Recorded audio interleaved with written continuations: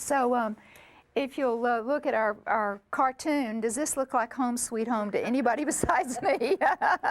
You're laughing, and yet try as I may, you know, it keeps evolving back into what most people would call a mess.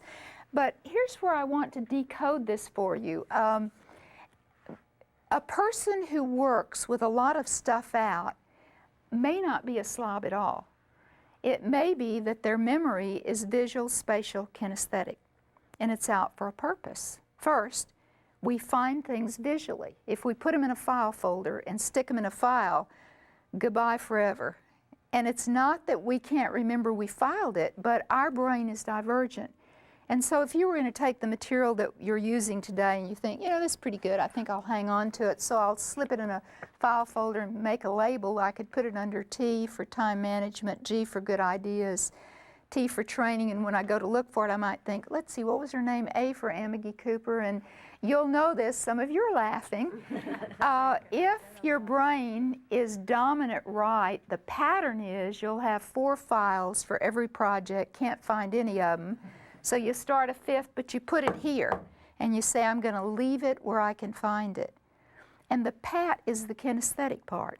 Let's say, Gary, you left something in your office that you needed for this meeting. So you go to the phone, you say, give me a minute, and you call Carol and say, Carol, go to my workplace, sit in my chair, face my computer, reach out with your right hand. It's going to be a good stretch. There's a high stack. Go down an inch, you'll find a green folder with a little coffee stain on it. First paper right on top, I think is probably it. And would you fax that to me? And when he's talking on the phone, he'd be reaching. And the reason is the memory is in the movement. So if everything's in a file, that's not very much memory.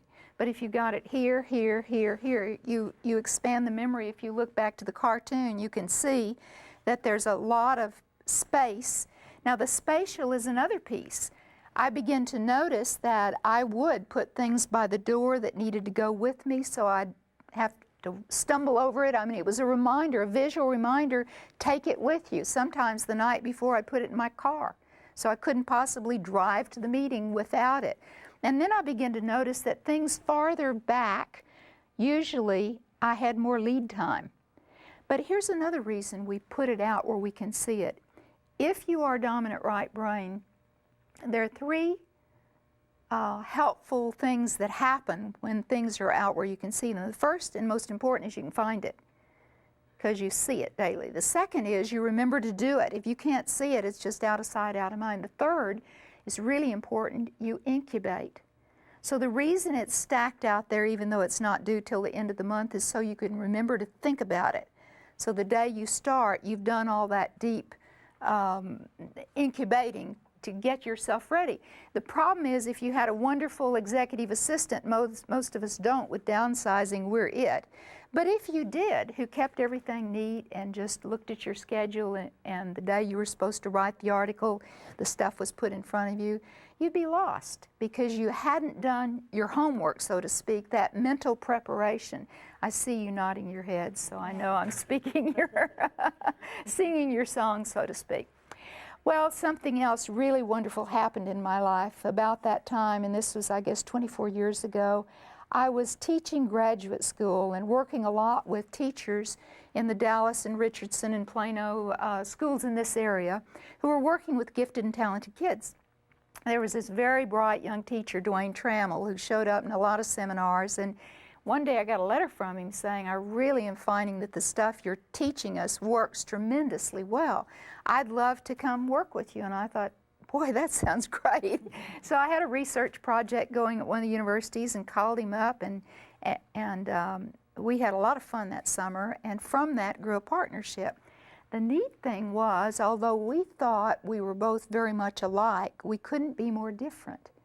And where I'm off the chart right-brained, Dwayne is very strong in his left, thank goodness. Now, it created some big problems, and still does. But the challenge is to learn how do you bring those two together. So let me talk a little bit about brain dominance, and hopefully from this you'll get a good sense of where your dominance is. There's a small majority of people who are very much balanced, but most of us have a preference, And that's what I want you to listen for. If you're a classic right brain person, you think in all directions at once. You multi-track a lot of the time. It's how you get things done. You thrive on multi-tracking.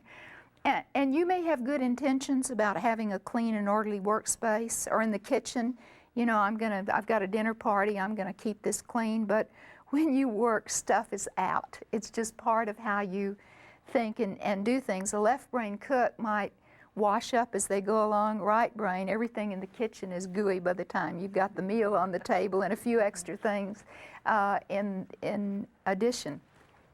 A second characteristic is that we really do our best work by shifting frequently. So if I had a big report to write, I might come in early and I sit down and I really get into it, and then my energy kind of dims.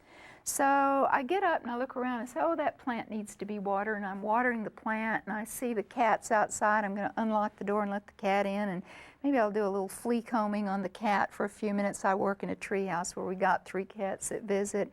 And then I think, you know, Carol, I think I hear her downstairs. I'll go chat with Carol, and we work on our lists, and I say I'll be back in just a minute and go to the kitchen and forget I told her I'd be back. And somehow I kind of wander back up to my computer, and now I'm ready to go back to the report.